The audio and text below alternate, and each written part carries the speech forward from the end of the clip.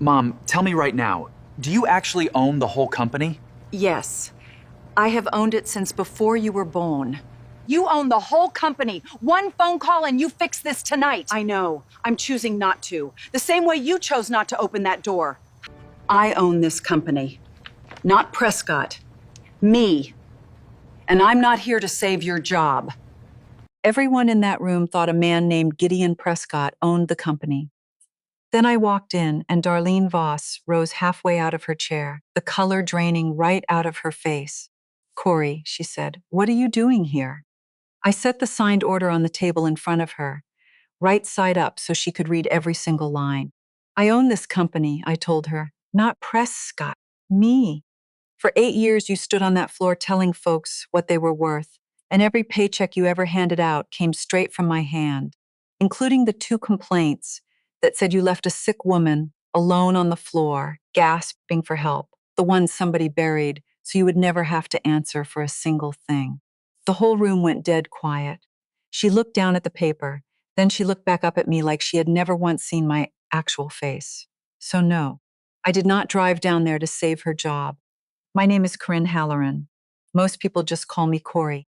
I am 65 years old, and for more than 40 years, I built something I made real sure nobody around me could see. If you're listening from somewhere far away, drop your city in the comments. And please stay with me until the end. Let me take you back to the beginning because none of that boardroom stuff makes sense until you know what happened 3 days before it. It started at a birthday party. It was for one of Delaney's nephews, a boy named Colby turning 15, and the whole thing was being hosted out at the Voss place on Cedar Hollow Road. That is my son's wife's family, the Vosses.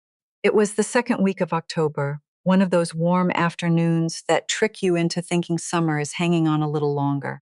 My granddaughter, Wren, had been talking about that party for days. She is 9. She picked out her own outfit, a soft yellow top with little embroidered flowers on the collar, and she wore it around the house for 2 days straight before her mama ever got her in the car. That's the thing about Wren. She wants to belong so bad she practices it. 9 years old and already working overtime to fit somewhere. I was supposed to be there too. I want you to hear that part clean, because I have gone over it 1,000 times since. My son asked me to come, and I left the house early on purpose. But there was a wreck on the interstate, 3 lanes down to 1, and I sat in that traffic for 45 minutes with no clue what was already unfolding 20 miles up the road.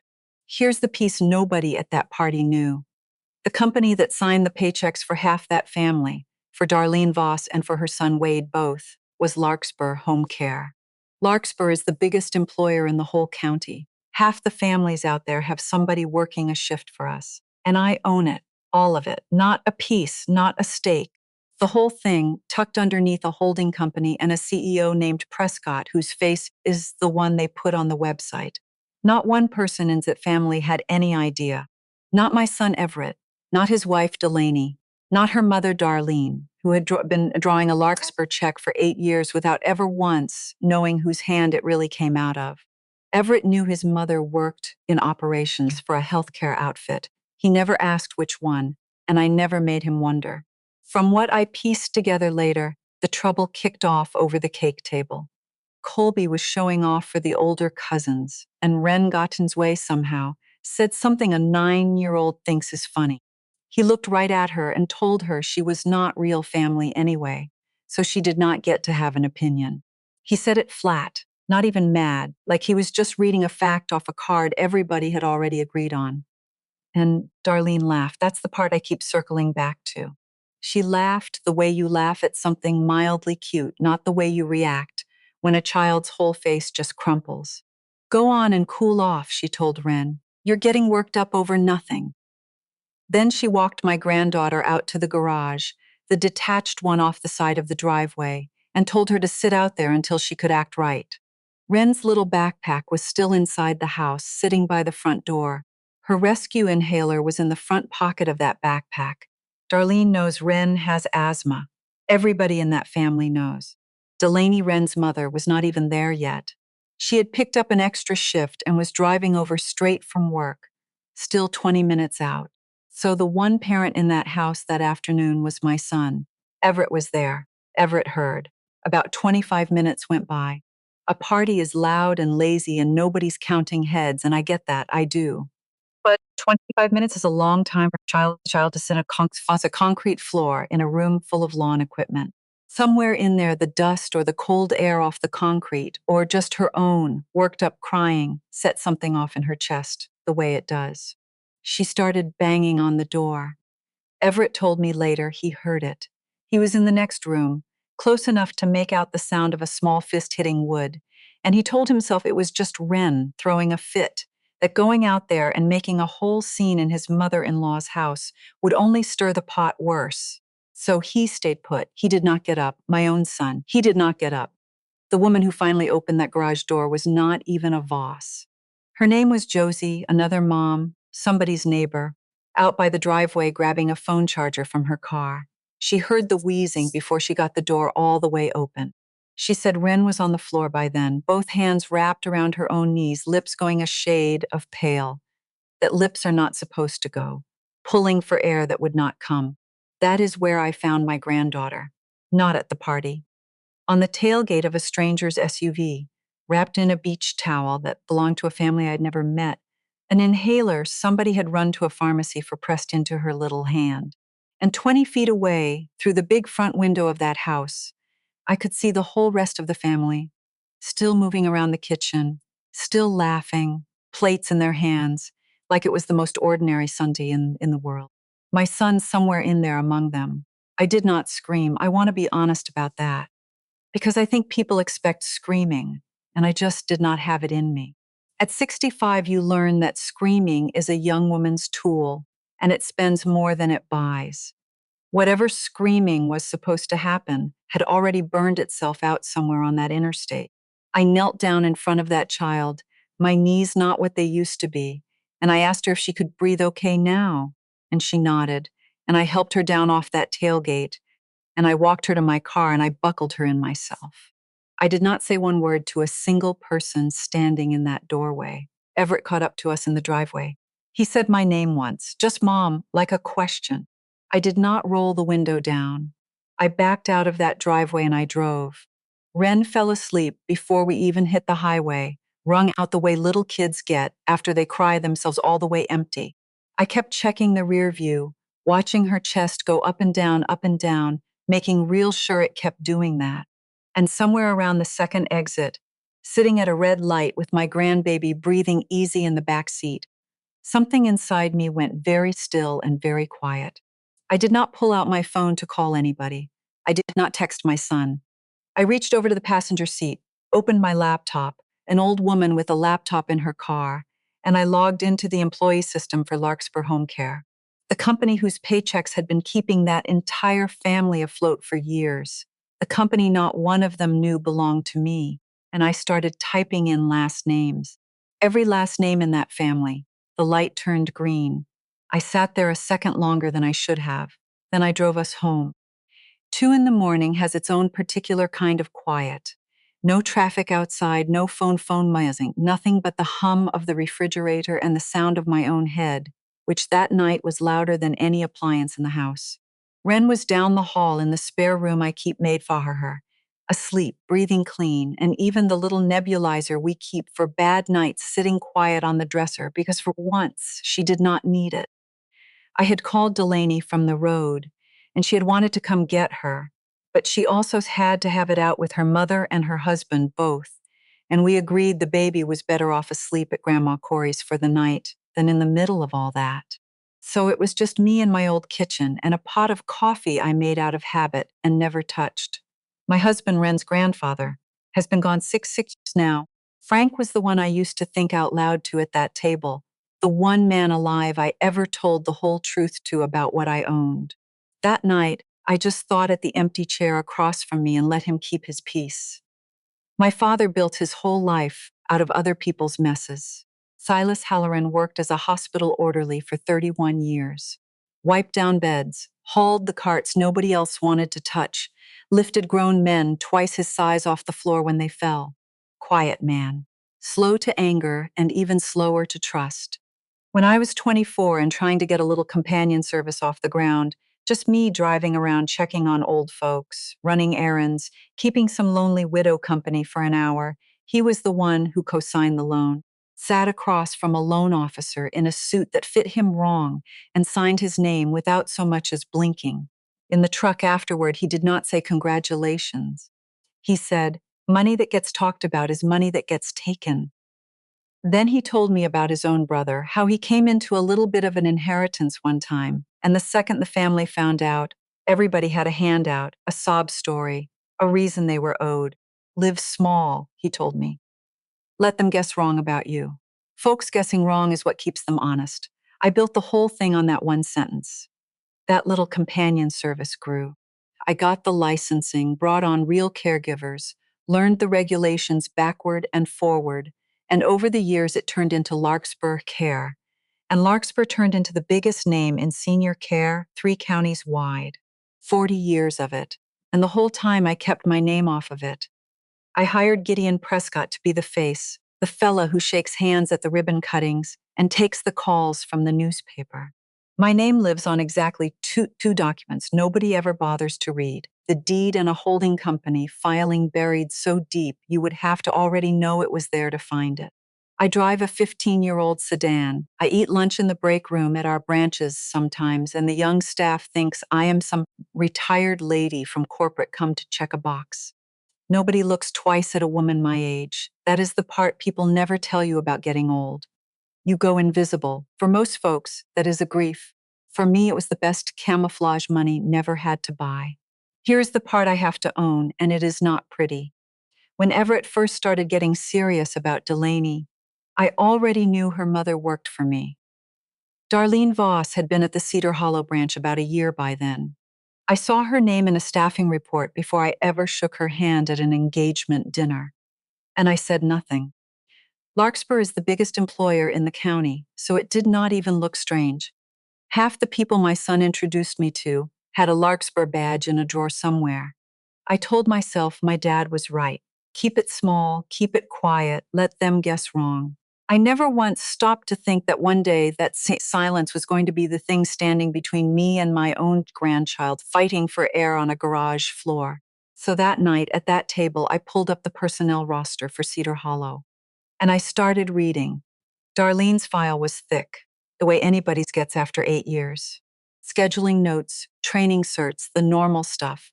I scrolled past all of it, and then I hit something that made me stop cold, a complaint, filed a little over 2 years back. A resident's family had reported that Darlene left their mother unattended for a stretch, ignored the call button, left the woman alone on the floor after a fall until another aide happened to walk by. There was a note attached, written by whoever took the report, saying it was not the first time, that other staff had raised concerns about the same pattern before. The kind of thing that, per our own policy, is supposed to trigger a formal review inside 30 days. There was no review. I scrolled down and there was a second complaint filed maybe 14 months after the first, same resident. A woman named Eunice Tolliver, 87 years old. This time the report said Darlene had stopped responding to the woman's repeated requests for help, that Mrs. Tolliver had gone hours without the assistance she needed while Darlene was on shift. There was a daughter listed as the contact, a Bernadette Tolliver, and a note that she had called the branch twice, upset, asking what was being done. Nothing was being done. Both reports just stopped. Filed correctly, logged into the system the right way, and then they hit some invisible wall and quit moving, like water running at a drain that somebody had already sealed shut. I sat back in my chair and I felt something turn over in my stomach. Because this was not tone. This was not being short with a customer or copying an attitude with a temp. This was an old woman on a floor calling for help and getting silence next. And it was the exact same silence, the exact same shape of cruelty that my grandbaby had gotten on a garage floor 25 minutes and 20 miles away from anybody who was supposed to love her. And I will tell you something the younger me would not have understood. I am 65 years old. Eunice Tolliver is 87. That is not so far. There is a version of me, maybe not many years down the road, lying on a floor of my own, pressing a button, waiting to see whether the person who took the job of caring actually comes. I have spent 40 years selling the promise that somebody will come. And here in this file were 2 times that somebody just decided not to. My dad used to say people show you who they are a long time before you are ready to believe it. I had been looking at Darlene for years through my son's marriage, the way you look at in-laws, from a polite distance. Difficult, set in her ways. Runs the whole family like a shift schedule. But she is Delaney's mother. You make room. Not one time had I looked at her through the eyes of an 87-year-old woman lying on a floor she could not get up off of. I scrolled back up to Eunice Tolliver's record, and I noticed something at the bottom that I had glossed over the first time. A recent updates. 3 weeks ago, Tolliver had taken a fall at home. No caregiver present. She was in a rehab facility now, recovering. Her daughter Bernadette had left a message with the branch that was logged but never returned, and the tone of it, even filtered through some dispatcher's shorthand, sounded like a woman who was done waiting for anybody at Larkspur to do the right thing on their own. I did not know yet how much that little note was going to matter. I just filed it in the back of my mind and kept going. By 6 that morning, I had the employee handbook open on the same laptop. The handbook I wrote the foreword to years ago, and never once read past the first page. I went looking for something specific, some language I half remembered existed, and I found it on page 43, under a header most people scroll right past, duty of care and mandatory self-disclosure. The language was standard, the kind of clause that exists because some insurance carrier demanded it, not because anybody expected to use it. Any employee who becomes the subject of an active investigation by Adult Protective Services or who is named in a substantiated welfare concern involving a vulnerable adult is required to self-report to Human Resources within 5 business days. And any external investigation cross-referenced against active staff generates an internal escalation that has to be signed off before the corrective process can move forward. I read it 3 times. Nobody had called Adult Protective Services yet, as far as I knew. Not the family, not me, not anyone. But if somebody did, if that daughter finally made the call she sounded so close to making, this clause meant Darlene would be required to walk into an HR office and say it out loud herself. Not me forcing anything, just paper, doing what paper does. I sat with that a long time, the coffee gone stone cold beside me, the sky just starting to go gray outside the kitchen window. And I was still sitting there when I heard the soft sound of small feet on the hallway floor.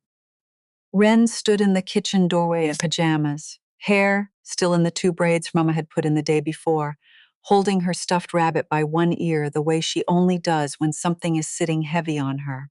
"Grandma," she said, real quiet, testing the word before she committed to the rest of it. "Is Grandma Darlene still mad at me?" I felt something give way in the middle of my chest, slow and total. "Baby," I said, "why would you think that?" She shrugged, that little shrug kids do when they have been turning a thing over alone for too long and do not have the words for how heavy it got.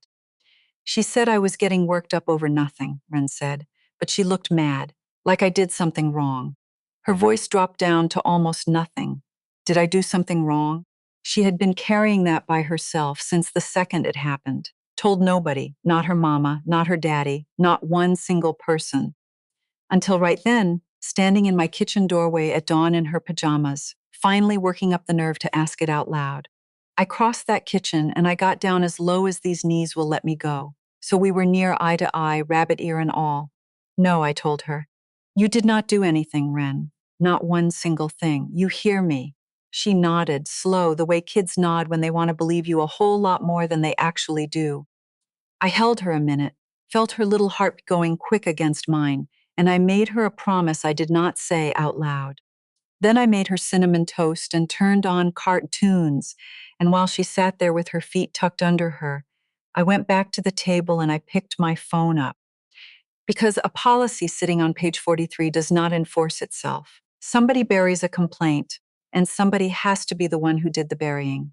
I needed to know who, so I called the one person who would have to know. Colette Marsh had been the compliance director at Larkspur for going on 9 years. I had met her maybe twice, both times in passing. both times introduced as Corinne from the corporate side, which in a company our size means basically nothing to anybody who is not looking hard. I called her from a blocked number. I kept my voice flat and pitched a half step higher than my own, the way you do when you do not want to be placed.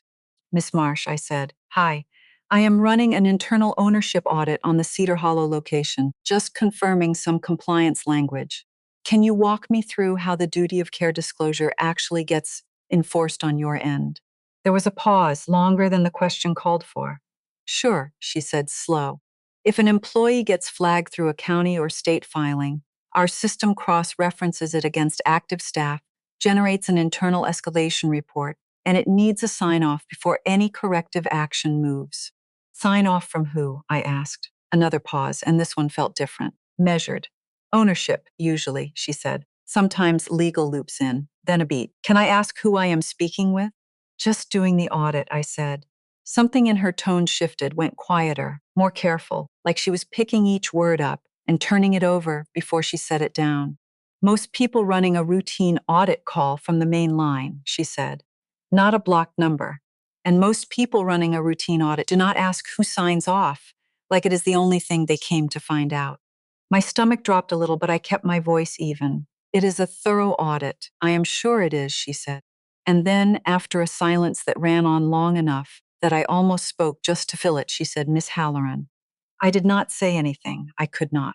I have known who you are for a while now, she said, gentle, like she was handing me something breakable instead of dropping a weight on my chest. 3 years, give or take. I am not in the habit of announcing it. Wasn't sure you would want me to. The room got smaller than it had been 30 seconds before. How? I managed. How did you? That is a longer conversation, she said. When I do not think either one of us wants to have on a blocked line. I hung up, sat there holding my own phone like it had just told me something about my own life I did not know yet. Then I called her back an hour later from my real number, no point in pretending anymore. How? I said again. No hello, no runway, just how. Colette let out a breath, the kind a person makes when they have been holding on to something heavy for years and finally get to set it down. Signature audit, she said. 3 years ago, legal had me cross-reference every authorization on file against the insurance carrier records after a claim got disputed. Your name came up exactly one time, buried underneath the holding company on a document nobody was ever supposed to open. Most people would have skated right past it. I didn't. And you never said a word, I said. What was there to say? You built the whole thing so nobody would know. It was not my place to go undoing that for you. I got up and walked to the counter and leaned on it, phone pressed hard to my ear. Colette, I said, I need you to tell me exactly what you mean by that. Because that is not the voice of somebody who found a name and left it alone. A pause.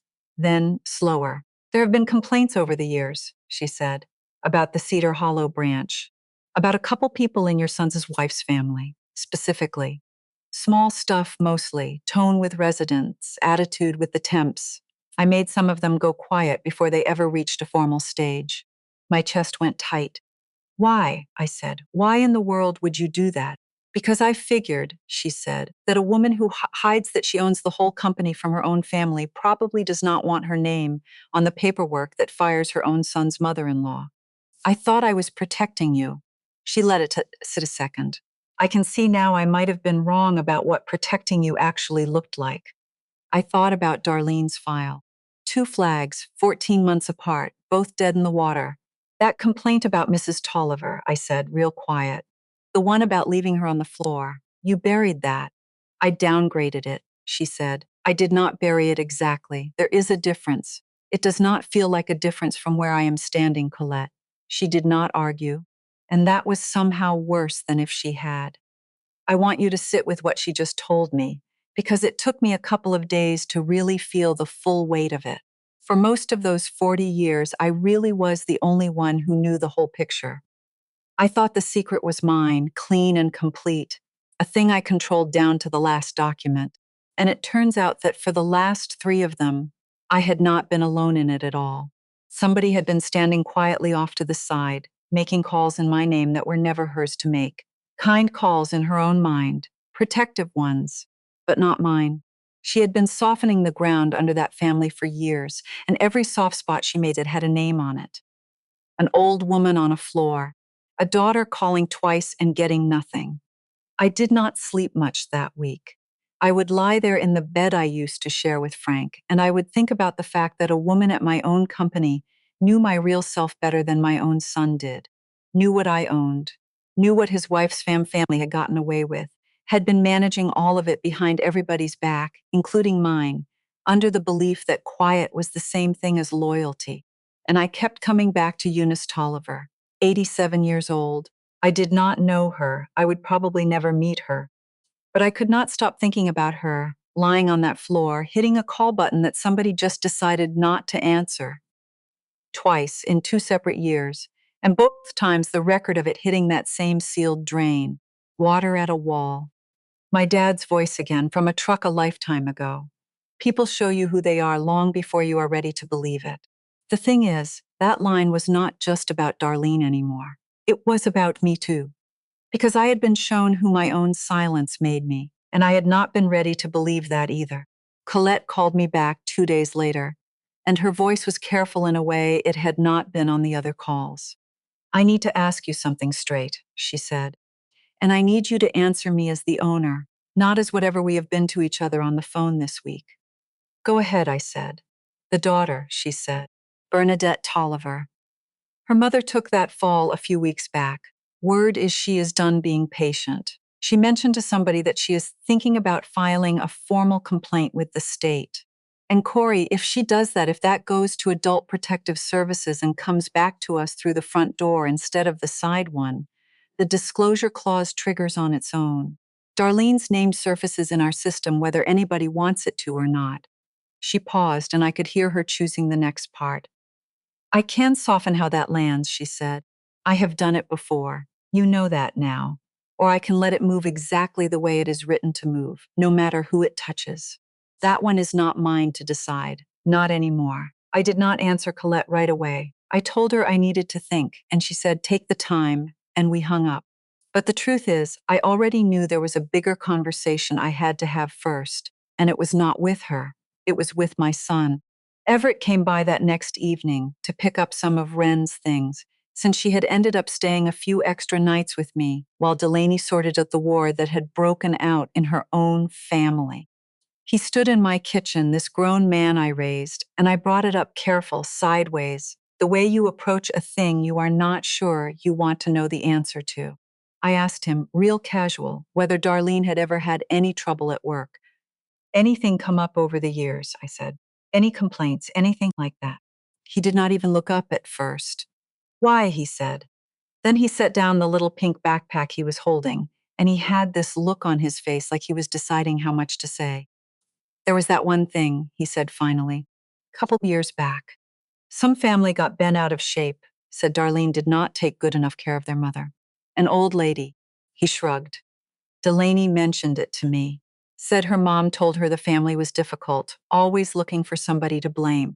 I told Delaney not to make a thing of it, just let it blow over. It is her mother, you know how that goes." I kept my face very still. "When was this?" I asked. "I don't know, Mom. A while ago." He picked the backpack back up. "Why are you asking me about Darlene's job?" And there it was. The floor just dropped a little further out from under me. Because up until that second, I had been telling myself a story where the party was a one-time thing. A bad afternoon. A moment where a hard woman said a cruel thing to a child and my son, God help him, froze up once and made the wrong call. One mistake. People make one mistake. But it was not one, he knew. 2 years ago, maybe more, word reached him that Darlene neglected an elderly woman in her care, and his instinct, the thing that came right out of him, was to tell his wife not to make a thing of it. Not, "Did the old woman get hurt?" Not, "Is that true?" Just let it blow over, it is her mother. The silence on that garage floor was not a glitch. It was a habit. It was the same move he had made 2 years before Wren was ever locked out there, and probably 100 times I would never know about. Do not make a thing of it. Keep the peace. Let it blow over. That was not a man protecting his family. That was a man who had learned, somewhere along the way, that the easiest thing to do with somebody else's suffering is to decide it is not your problem to look at. And I am his mother. I taught him plenty. I have to wonder now what I taught him about that. I did not tell him any of that. I said, no reason, just something came up at the office about that branch, and I busied myself folding Ren's little sweater so he could not see my face. He let it drop. He always let things drop. That was the whole entire problem, and I was just now at 65, starting to see the size of it in my own boy. Colette called me 2 days after that. Her voice was flat and even, professional, which is how I knew before she said a word that it had happened. She filed, Colette said. Bernadette Tolliver called the state yesterday morning. It is an official Adult Protective Services complaint now. It named Darlene directly, and it named the branch. Her mother had that fall 3 weeks back, no aid present, and I think that was the last straw for her. She is not looking for a settlement, Corey. She is looking for somebody to finally take it seriously. Okay, I said. So here is where we are, Colette said. This is out of my hands as far as the state goes.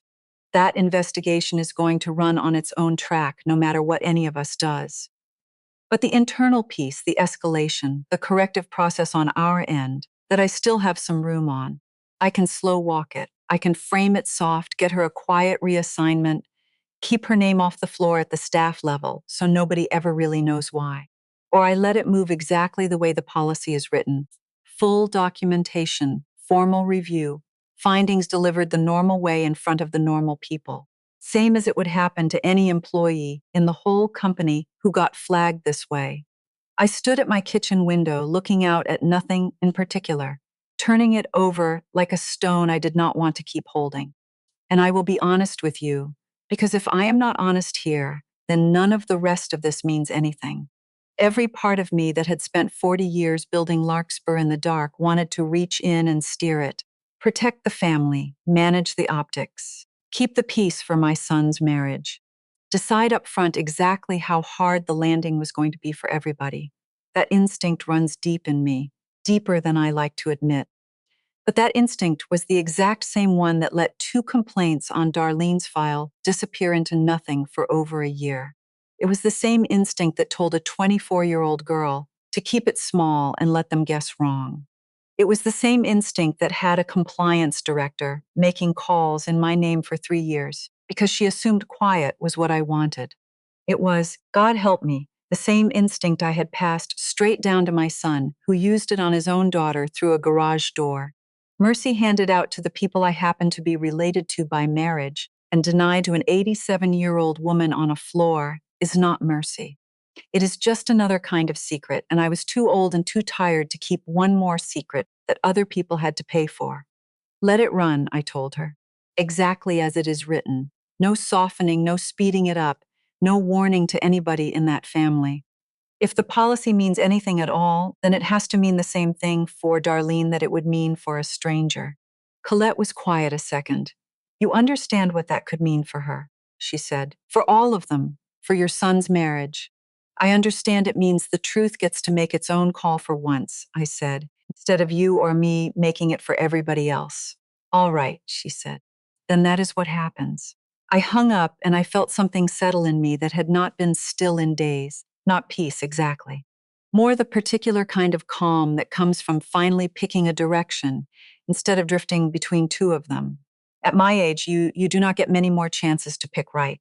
There was one person in all of this I had not counted on, and that was Delaney, my daughter-in-law, Darlene's own daughter.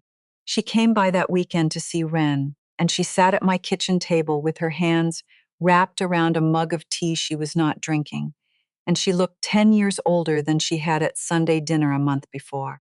Corey, she said, I need to tell you something, and I need you to not make me feel worse about it than I already do. When my mom told me about that old woman 2 years ago, I believed her that it was nothing. Everett told me to let it go, and I let it go. And then she did this to my baby. She did the same exact thing to my own child. She kept looking down at the tea. What kind of mother lets her own mother? She could not finish it. You did not know, I said. I should have known, Delaney said. That is the whole point. Everett is my husband, and I love him, but he never wanted to know anything that might cost him a comfortable holiday. And I married into that, and I got comfortable too. Then she looked up at me with something hard and clear in her eyes that I had never seen there before. I am not comfortable anymore, she said. Whatever happens to my mother, she did it. I am not going to stand in front of it. And I want you to know Ren is going to grow up knowing that when it counted, at least somebody came. I reached across that table and I took my daughter-in-law's hand. And I thought, there it is. There is the one in that whole family who understands it. And she is not even a Halloran. She married in.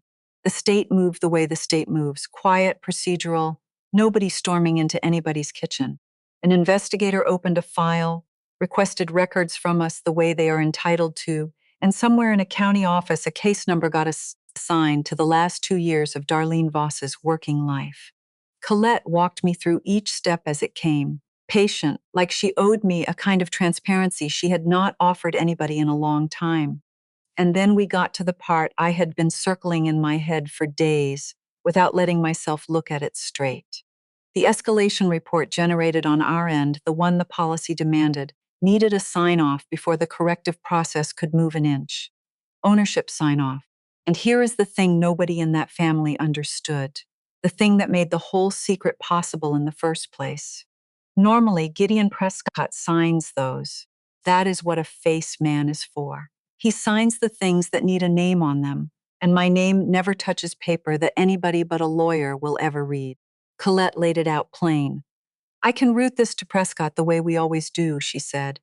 He signs it, it moves, and your name stays exactly where you have kept it for 40 years. Or what, I said. Or you sign it, she said, as the actual owner of record. And I am not going to lie to you, Corey. The second you do that, people are going to see a name they do not recognize on a document that matters. Once it is on there, it is on there. There is no putting it back in the box. I sat with the pen in my hand for a long time. Because signing it myself was not about the legal weight, Prescott's signature carried exactly the same authority. It was about me. It was about whether I was going to keep hiding behind a man I paid to hold my name for me for the rest of whatever years I have left, or whether I was going to put my own hand on the thing my company was about to do to that family and stand behind it in the daylight. For 40 years, my father's voice had told me to stay small and let them guess wrong. And staying small had cost an old woman on a floor and a young nurse whose name I did not even know yet, and a 9-year-old on a garage floor with no air. Small had a body count. And I am too close now to the end of my own road to be buried under a name that was never even really mine. I signed it, Corinne Halloran, my real name, my whole name in my own hand, on a document a couple dozen people were about to read. I did not know it right then, but that signature was the pin coming out of the grenade. Everything after that was just the count. Colette called me the next morning, and there was something new in her voice, something almost like she had been waiting 9 years to tell me. There is one more thing you should know, she said, before this all comes out. You deserve to know the whole shape of it, not just the pieces you found in a file at 2 in the morning. Go ahead, I said. Those 2 complaints you found, she said. They were not the first. There was an earlier one, years earlier. And you did not find it because it is not in the file anymore. I took it out. The first person who ever put anything in writing about Darlene was a nurse, a young one. Her name was Tessa Marlowe. She had been on the floor maybe 8 months, and she saw what was happening, an aide ignoring a resident's calls for help, and she did what you are supposed to do.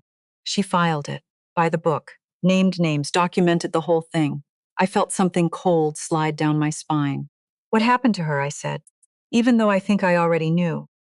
The complaint got scrubbed, Colette said, quiet, and then Tessa Marlowe got moved off that floor, reassigned to a shift that did not work with her kids' daycare. And a few months after that, she left, resigned.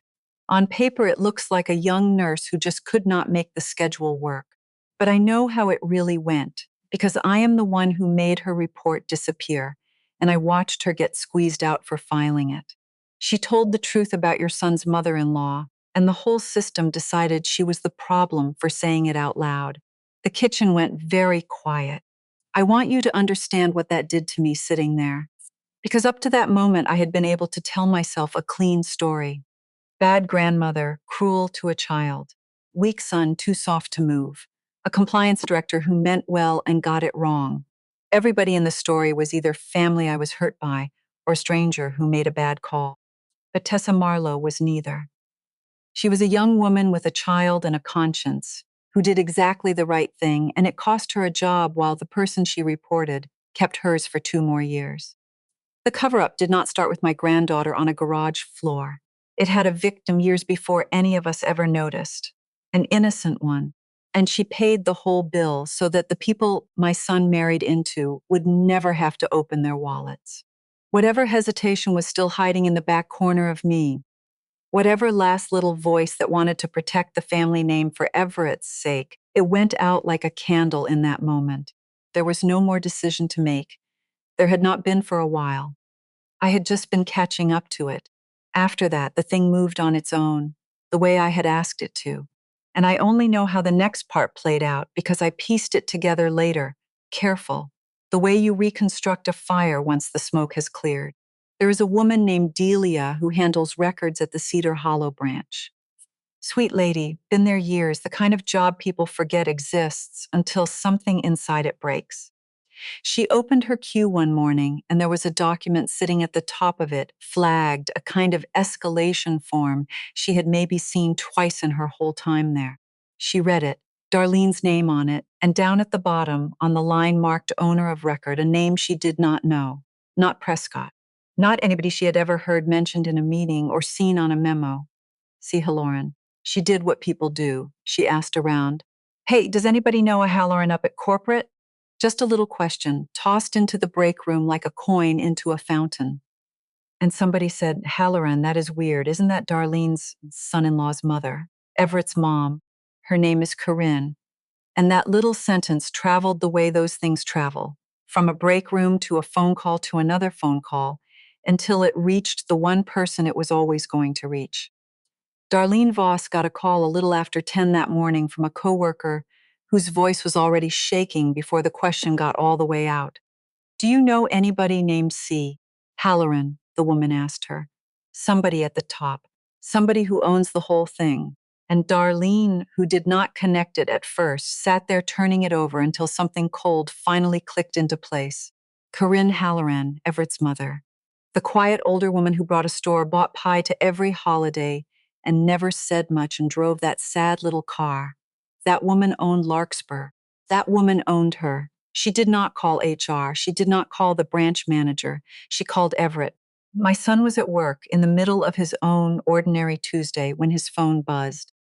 He stepped into a hallway to take it, and I imagined, though I was not there, that whatever color he had in his face left it somewhere in the first 30 seconds of that call, because 2 minutes later my own phone lit up with his name, and I stepped out of my own meeting into my own hallway, an old woman leaning against a wall, the way he must have been leaning against his.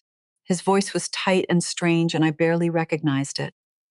"Mom," he said, "Darlene just got a call. Somebody at Larkspur owns the whole company, and the name on the paperwork is Halloran." "Mom, that is your name." I stood in that hallway with my back against the cinder block wall, and I did not say anything right away.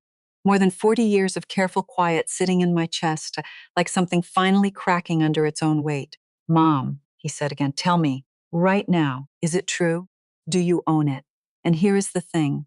For the first time in my son's whole life, I did not have a soft answer ready for him. All those years of being his mother, I always had a gentle version of everything sitting on the tip of my tongue, a way to say the smaller true thing instead of the whole one, a way to keep him comfortable. That morning, there was nothing standing in front of the truth. It was just right there waiting. "Yes," I said, "I own Larkspur, all of it. I have owned it, in one form or another, since before you were born." The line went quiet. I could hear him breathing. When he spoke again, his voice had dropped into something low and shaking. "My whole life," he said, "my whole life you let me think we were just getting by. You let me grow up careful about money, and you owned." He could not even finish it. "And Darlene has worked for you for 8 years, and you sat at her table and you never said a word."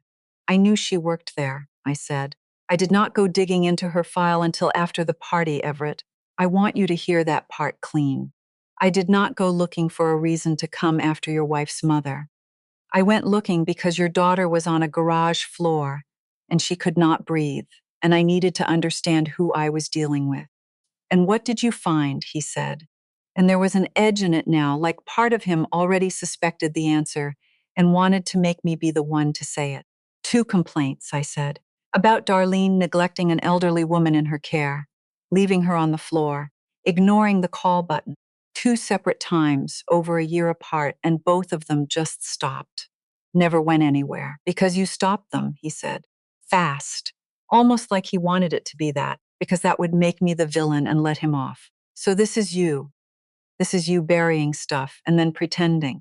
No, I said, and I did not raise my voice. I just let it go flat and certain the way only an old woman can. I did not bury anything. Somebody else did that years before I ever knew it existed. And that, Everett, is the part that is going to be hard for you to hear, because it means there's been a person at my own company quietly deciding what Darlene had to answer for and what she got to walk away from. For years, making that call in my name without me ever knowing. He was quiet again, and this time it was a different kind of quiet. Somebody else, he said, slower. Yes, somebody who thought quiet was the same thing as loyalty, who figured a woman who hides what she owns from her own family would want the messes softened too. She was wrong about me, Everett, but you know who she was not wrong about. She was not wrong about you, because that is exactly what you did with the garage door. You heard it and you decided softening it, keeping it quiet, letting it blow over was the loyal. To who, son? Loyal to who?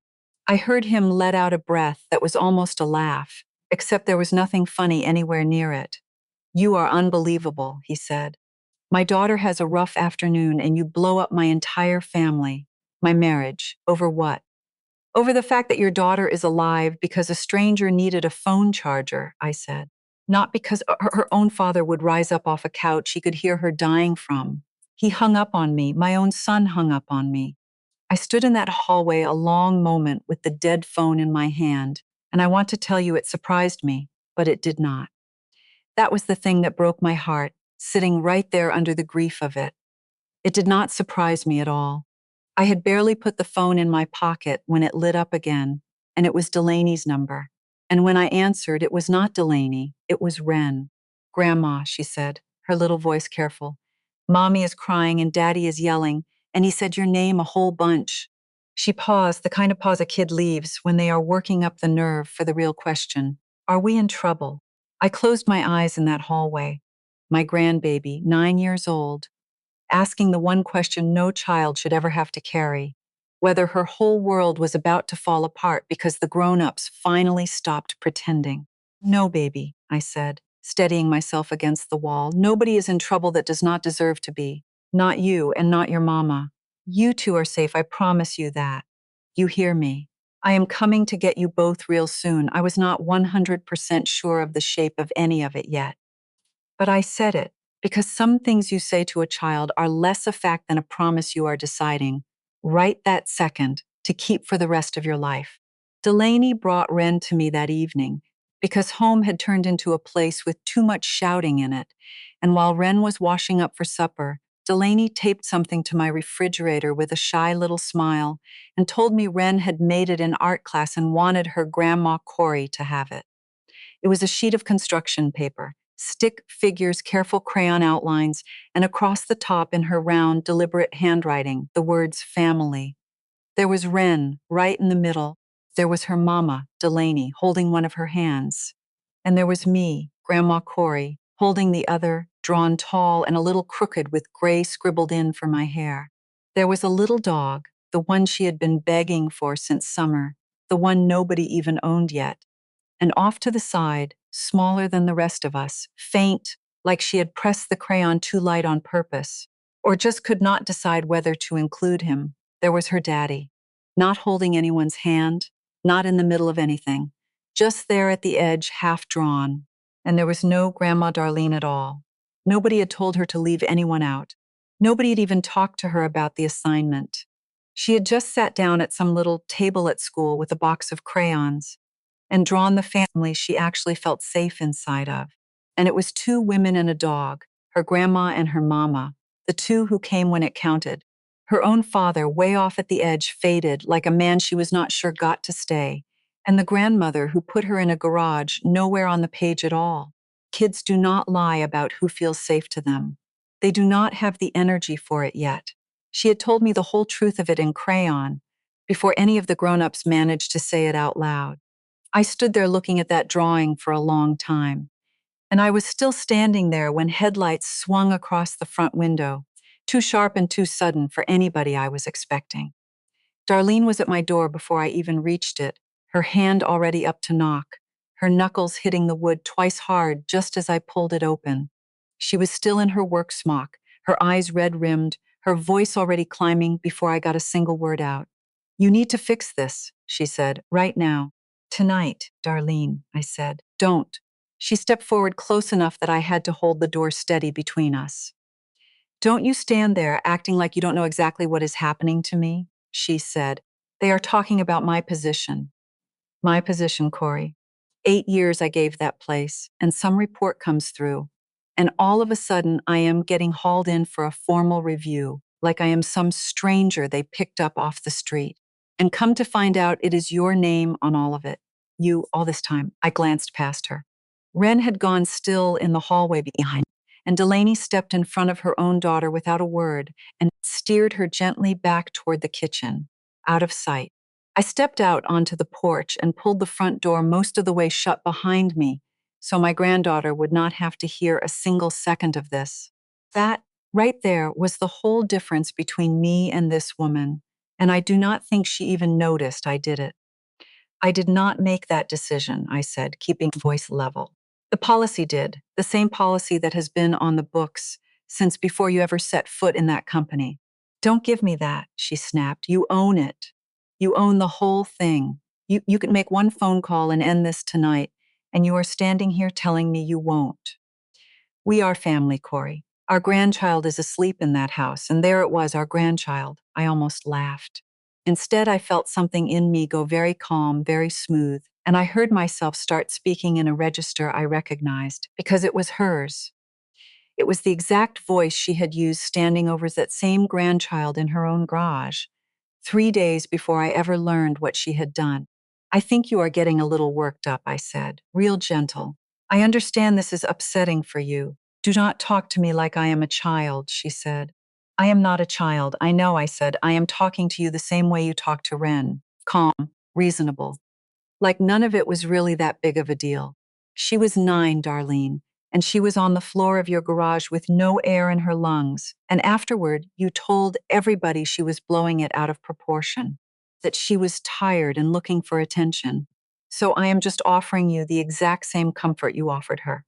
Her mouth opened, then closed. For the first time in all the years I had known her, Darlene Voss had nothing loaded and ready to fire back. "It is just a review," I went on in that same soft voice.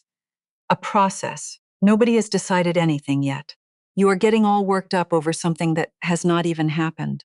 That's not the same thing, though, is it?" She stared at me. "You took the inhaler out of reach," I said, and I let the softness fall out of my voice because she had earned the truth of it.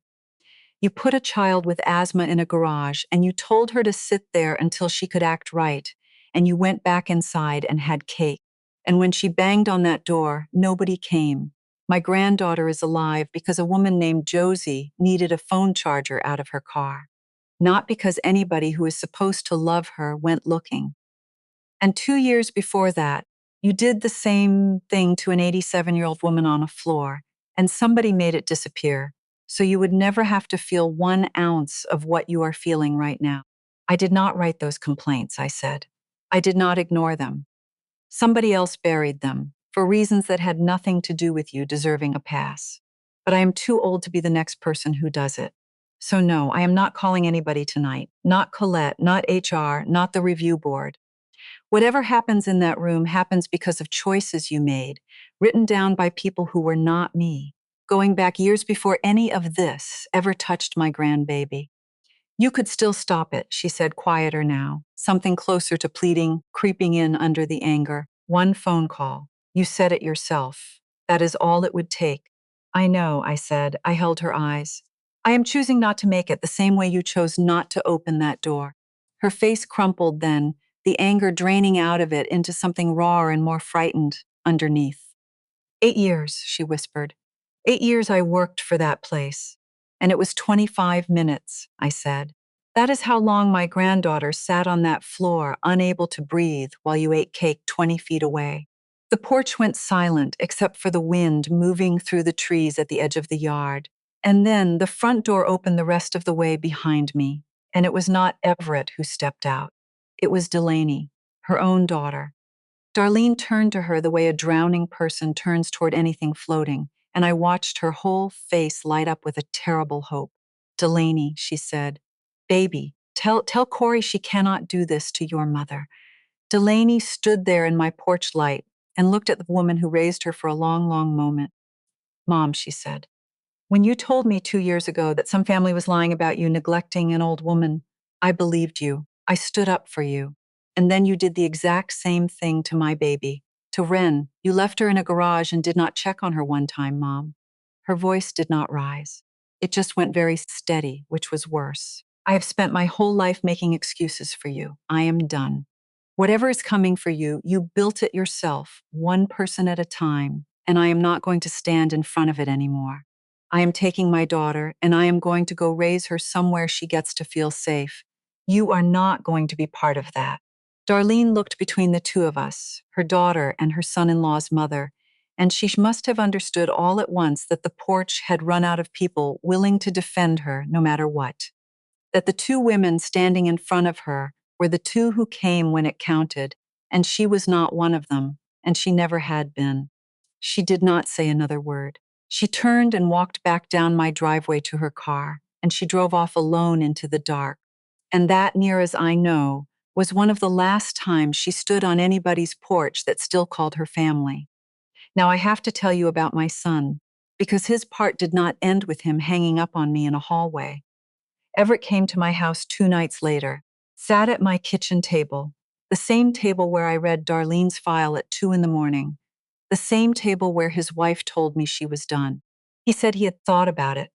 He said maybe he had been wrong to blow up at me.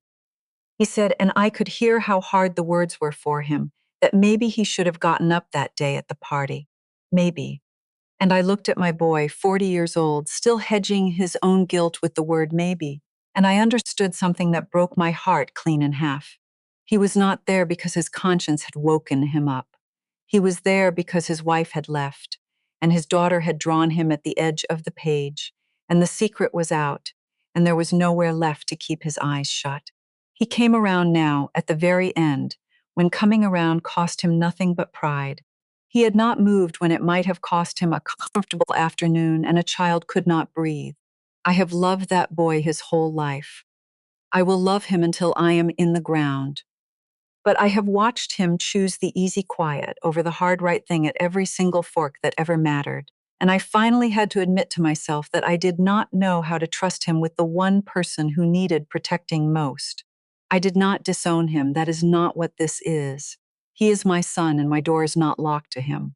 But I stopped pretending he was something he is not. I told him, as gently as an old woman can tell her only child a hard thing, that until he could show me he had learned to stand up when it was expensive and not just when it was free, I was going to be the one Wren's mama leaned on, and not him. He did not fight me on it.